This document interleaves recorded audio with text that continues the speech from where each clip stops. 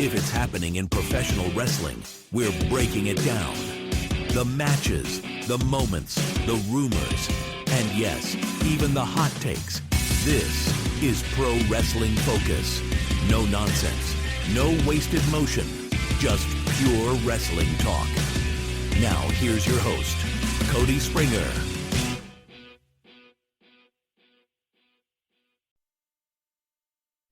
Hello, ladies and gentlemen. Welcome back to Pro Wrestling Focus. And on today's show, we're going to talk about some of the big stuff that happened on this past Monday's Raw. We're going to talk about CM Punk, him going off the way he did. We're going to talk about, him and Seth Rollins. We're going to get into Jey Uso and Gunther. And the Women's World Championship match, Rhea Ripley versus Iyo Sky.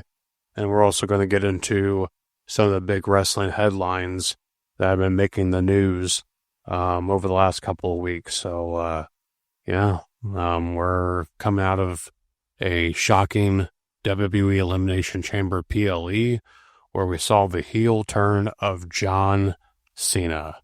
Yes, we're going to get into a lot of stuff on this packed show today. So, go ahead, strap in, relax, because, we're going to talk about some pro wrestling. Listen up, Dwayne, you bald fraud. Jeez. You think because you're on the board of directors you're immune from criticism? Well, you don't know who you're dealing with. You are dealing with the best in the world. Middle-aged and crazy, walked back into the WWE after 10 years and literally marched through hell to receive opportunities at the big dance. And you, Mr. Midlife Crisis, just decide to walk in when you feel like it and hide behind the fact that you think you're a bigger star than everybody here. I would love to say all of this to your face, but you have not graced us with your presence to do your bullshit, to hit your arm, to pretend that you care about this business that gives you goosebumps. I have never been so delusional. I have never been so desperate to wear a fake title.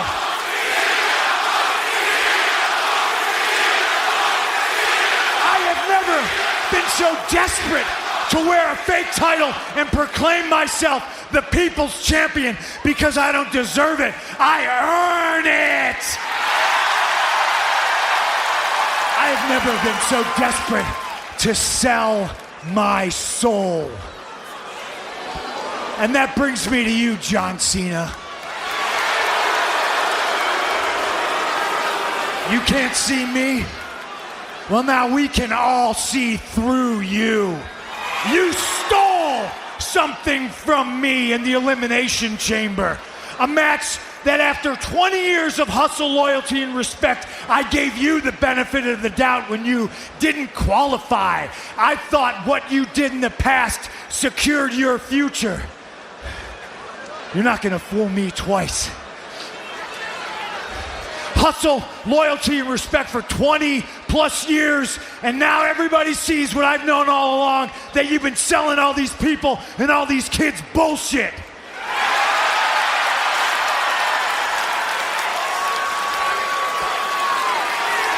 Who gave up in the Elimination Chamber? It wasn't me. You'll never see CM Punk give up on his dreams of main eventing WrestleMania. Ironic. All right, so let's talk about Raw. We're going to start off by talking about CM Punk. The promo that got people talking.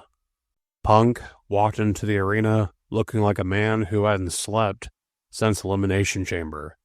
And by the time he was done, he had torched John Cena, The Rock, and Seth Rollins all in one go.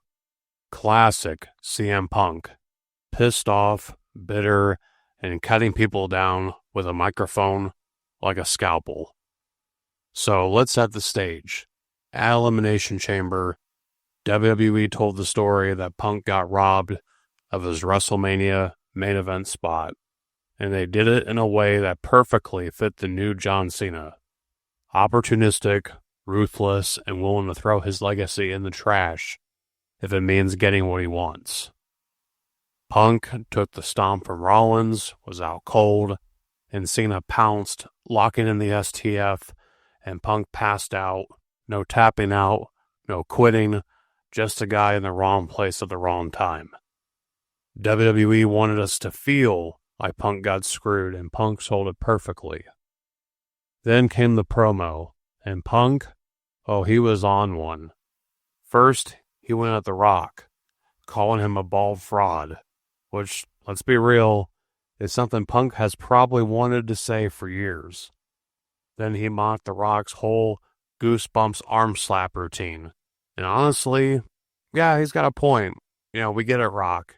You don't have to physically show us that the crowd reaction is giving you chills. We know you're over. But then Punk really unloaded on Cena, and this was the best part. He basically told the world that Cena had been selling BS for over 20 years, playing the hero, playing the role model, all just to cash out the second it benefited him. And you know what? That's exactly the story WWE is selling here.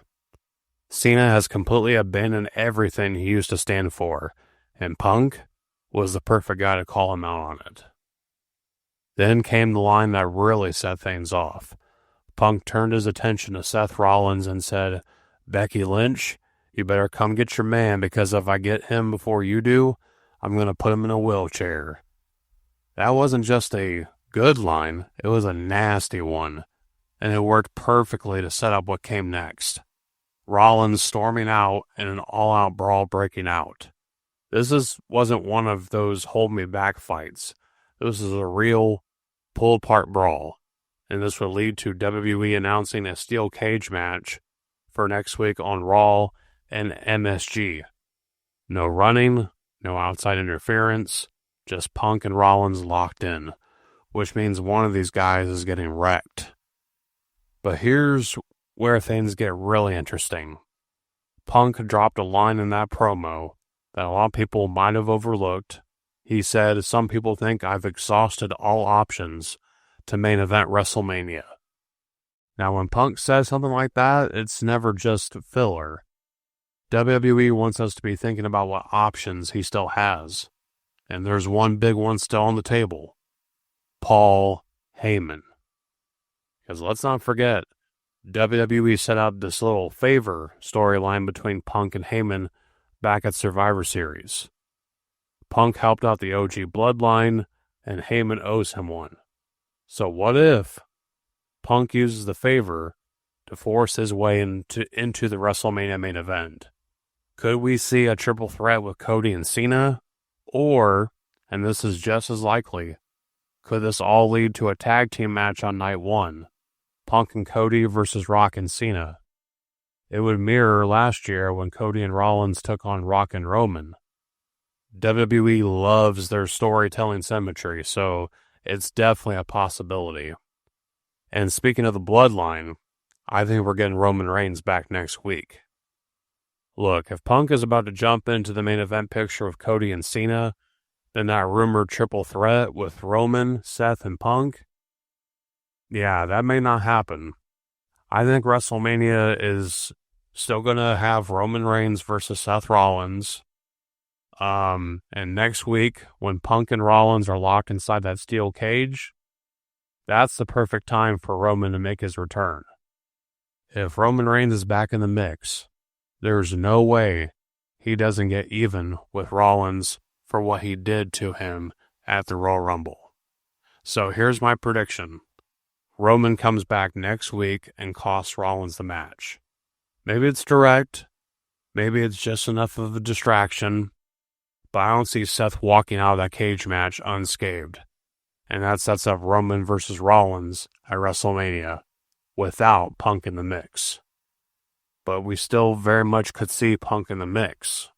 We'll just have to see what happens. But if Punk is not in the mix, Then meanwhile, Punk will find a way into the main event scene with Cody and Cena, whether that's as the third man in the title match or a tag team match with Cody against Rock and Cena. I'm not sure what's going to happen, but one thing is for sure, next week's Raw is going to be huge. So, what do you guys think? Is Roman Reigns going to crash the party next week? Does Punk use the favor to shake up WrestleMania? Either way, this story isn't over quite yet. All right, let's talk about Jey Uso and Gunther, the continuation of their build-up towards WrestleMania. I think WWE needs to get it together if they actually want this feud to feel like a WrestleMania main event and not just some match taking space on the card. This week we got Gunther versus Otis, and man, I'm telling you, Otis showed up this week. Like, he held his own against Gunther, and the crowd was with him. So yeah, Otis, I think Otis deserves a push, man. He really does. Him and Gunther, they had a really good match. But, Gunther did what Gunther does. He won the match. And then he decided, why not? Let's beat down Otis and Akira Tozawa again. And he was about to powerbomb Otis onto Tozawa, which, let's be honest, that would have been a wild spot. But then Jey Uso ran in, he speared Gunther, and had the upper hand for about 5 seconds. And then WWE had to overcomplicate things, because out of nowhere, here comes Austin Theory and Grayson Waller jumping Jey because, what? He superkicked Waller last week? That's the best reason they've got? Jey fought them off, but then Gunther put him in the sleeper hold and left him laid out. Now, let's break this down. This feud is supposed to be about whether Jey Uso can prove he belongs as a world champion, while Gunther plays the dominant champion who doesn't think Jey is worthy of facing him. That's a great story, if WWE actually told it properly. Right now, Gunther is treating Jey like a joke, brushing him off like he's not a serious threat. And honestly, with all the yeet stuff and the dancing and the crowd chanting along, you can kind of see why Gunther would feel that way. To him, Jey is just some clown who lucked his way into winning the Royal Rumble. And that's exactly why WWE needs to make this personal. First things first, get Theory and Waller out of this. Nobody is tuning in to see them involved in the world title feud. Jey superkicked Waller once, and suddenly they think they're major players in a WrestleMania main event storyline? Please.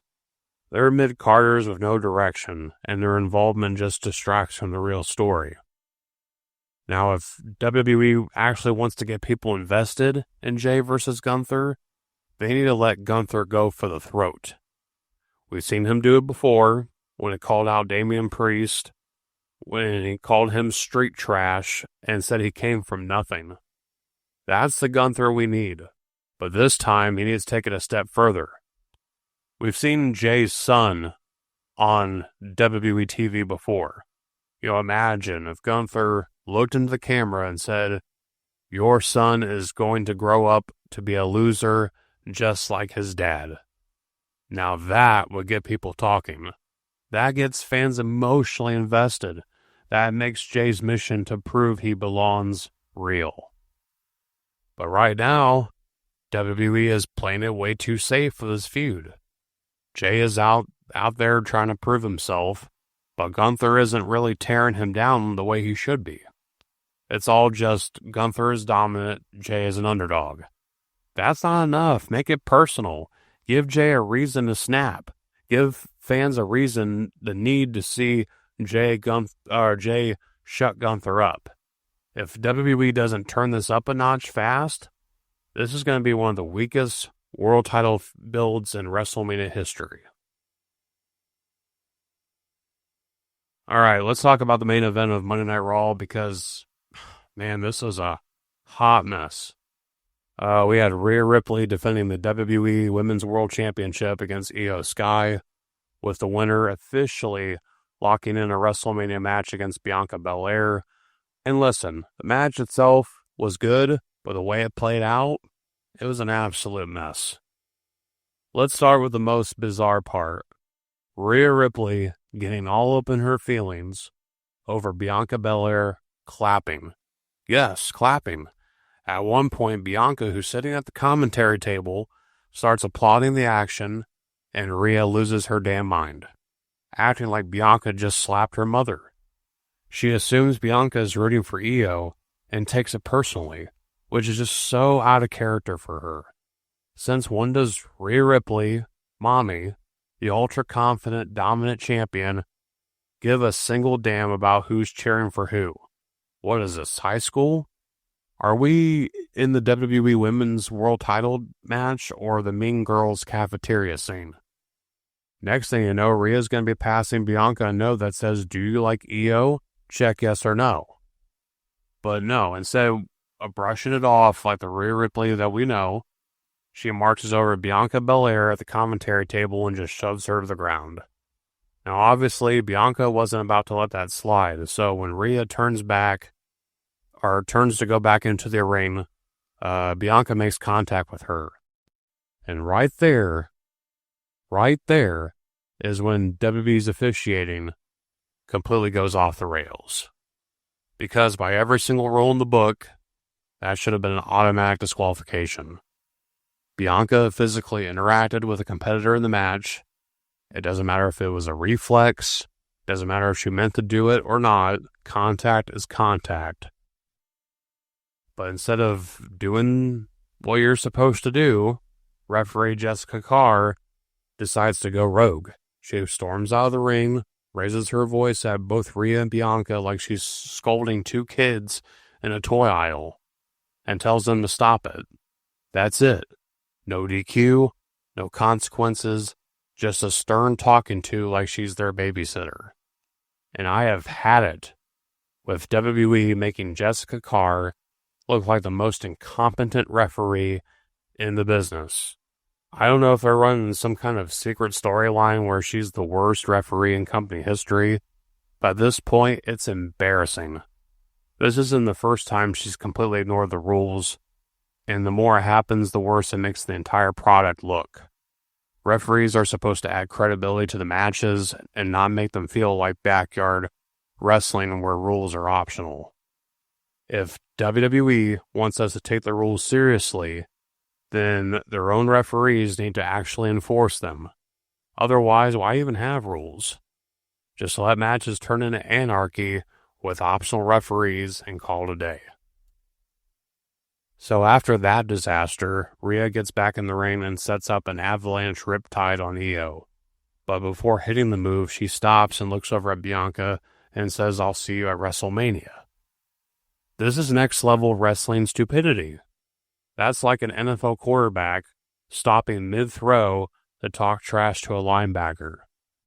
And of course, because this is wrestling logic at its finest, Iyo counters, hits the moonsault, pins Rhea Ripley clean to become the new WWE Women's World Champion.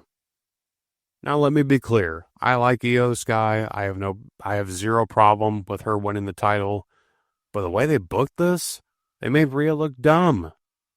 She got rattled over clapping, lost focus arguing with Bianca, got caught being arrogant mid-move, and basically handed Iyo the championship. This is not how you book one of your most dominant champions to lose. And then you've got Bianca Belair in the middle of all this, which makes things even messier. Now, to be fair, Bianca did earn her title shot by winning the Women's Elimination Chamber match, so her being here makes sense. But the problem is, she's already neck deep in the Jade Cargill-Naomi storyline, and now WWE is trying to juggle both things at once.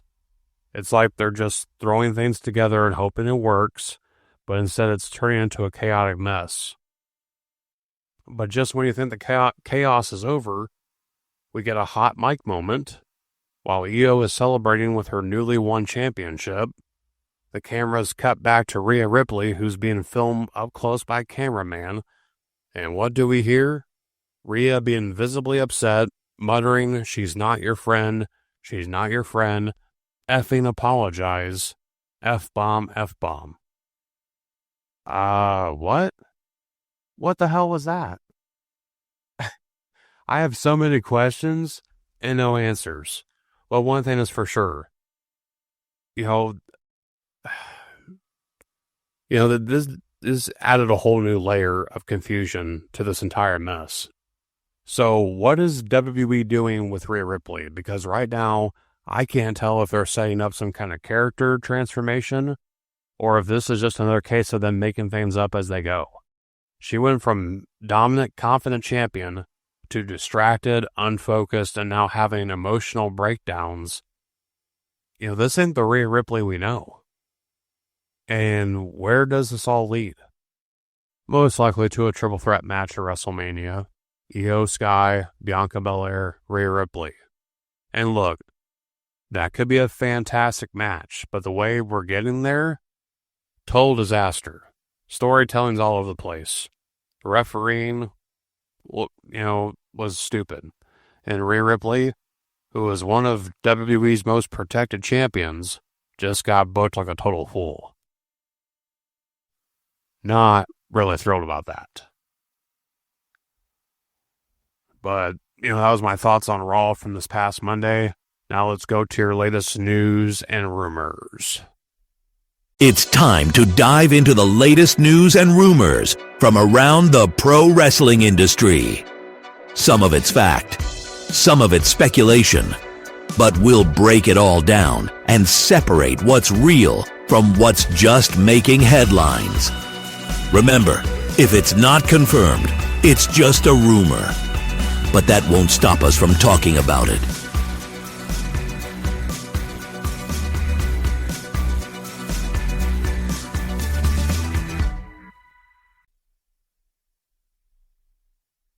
All right, I'm going to start off talking about WWE LFG, the Legends and Future Great show that is on A&E.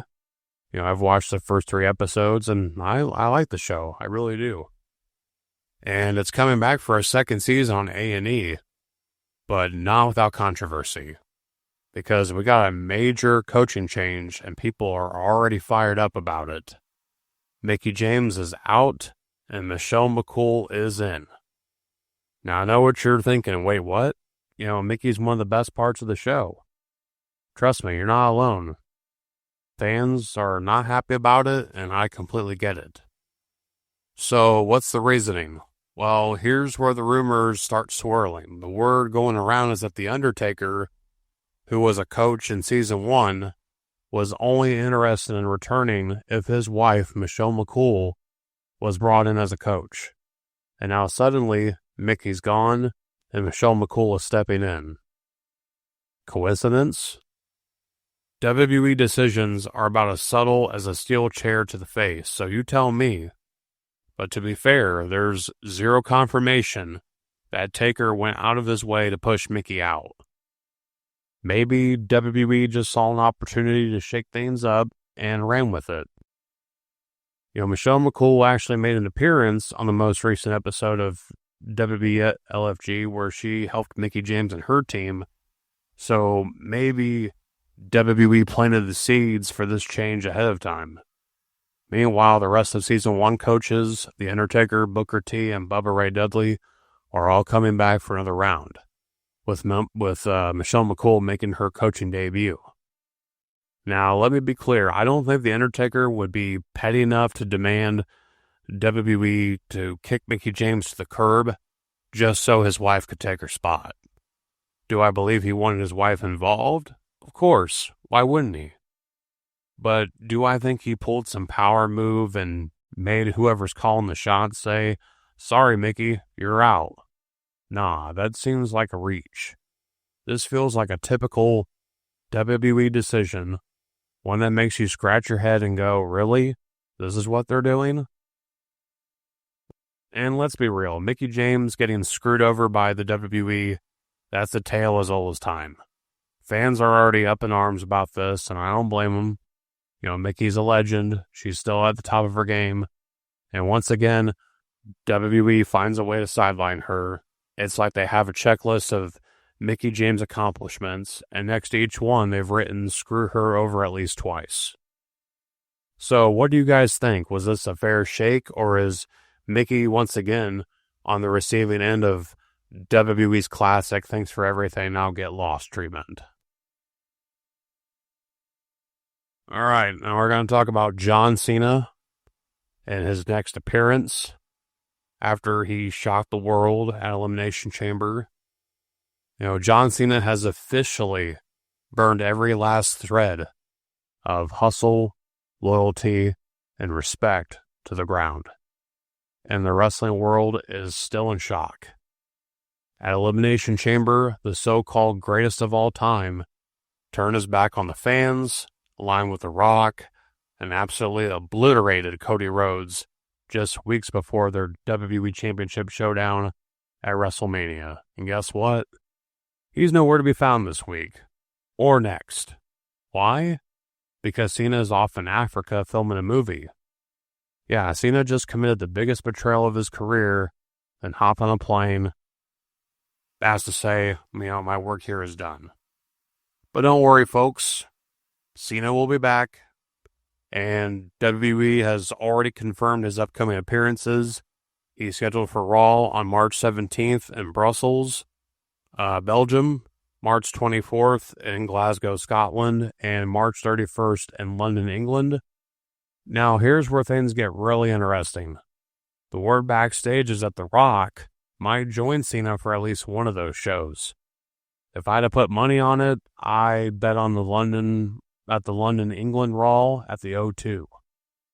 That's a massive venue, a high-profile stage, and a perfect setting for those two megastars to gloat about their master plan and what they did to Cody Rhodes.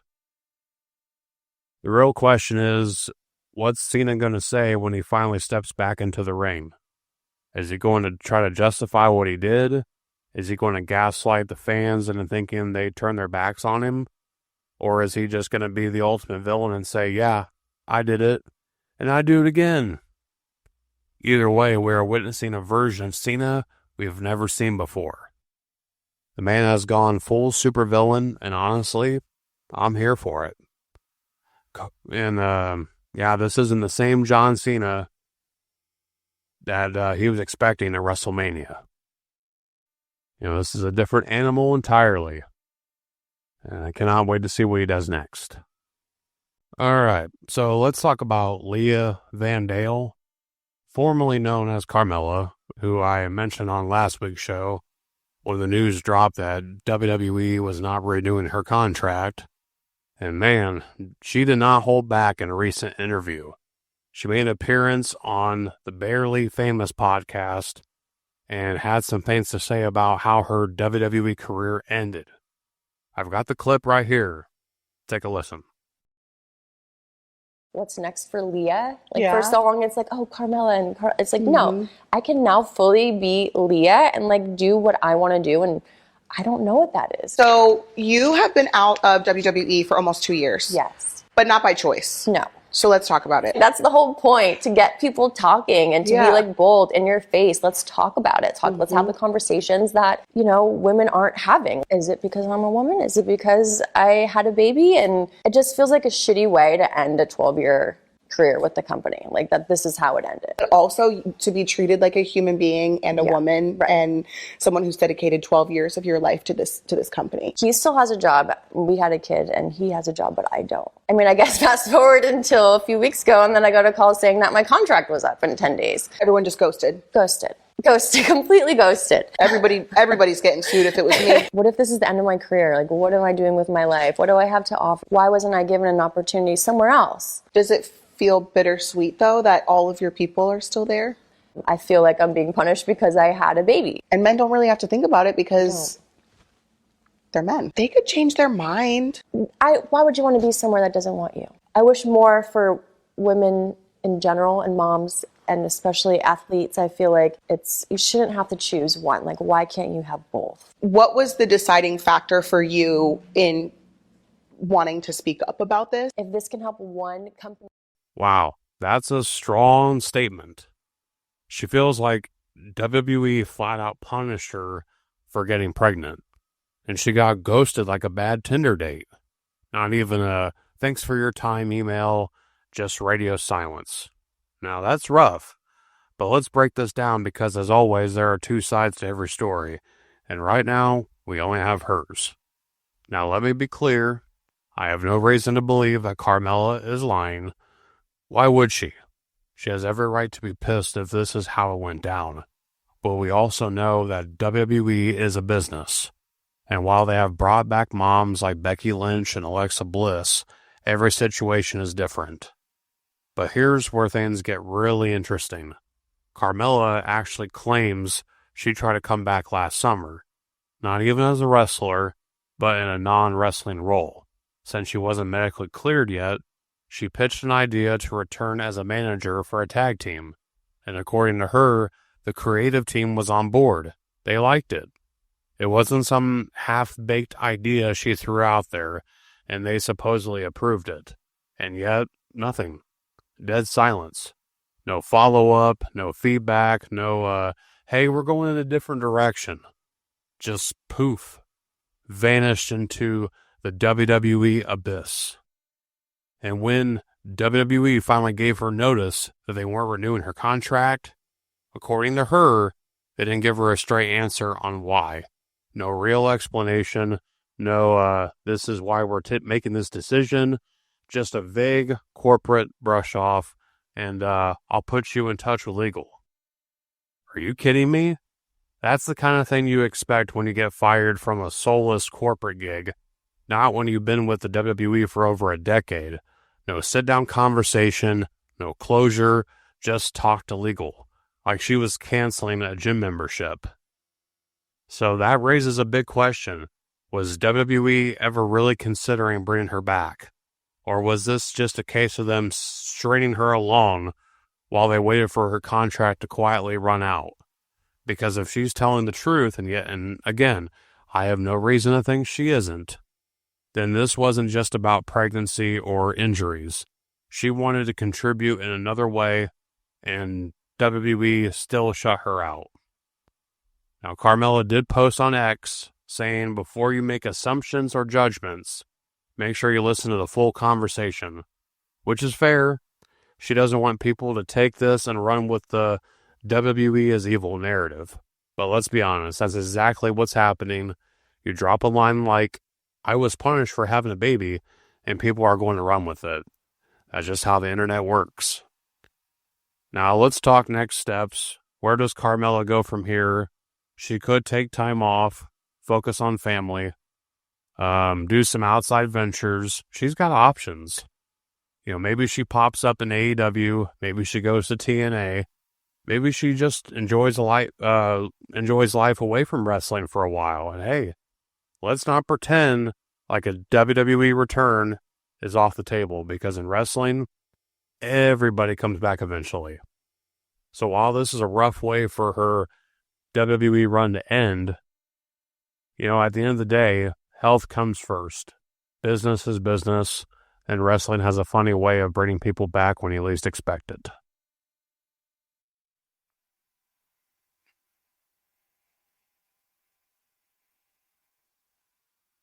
All right, let's talk about All Elite Wrestling and their new deal with Amazon Prime Video, because this thing had the wrestling world buzzing, and not always in a good way. So AEW and Amazon Prime just signed a multi-year agreement to offer AEW pay-per-view events for purchase in the US, Canada, and the UK. This will kick off with AEW Revolution, which will be March 9th, so this Sunday. Sounds huge, right? I mean, Amazon Prime is a massive platform. Millions of people use it. AEW just got themselves front and center on one of the biggest streaming services in the world. On paper, this should be a game changer. But here's where things get a little messy.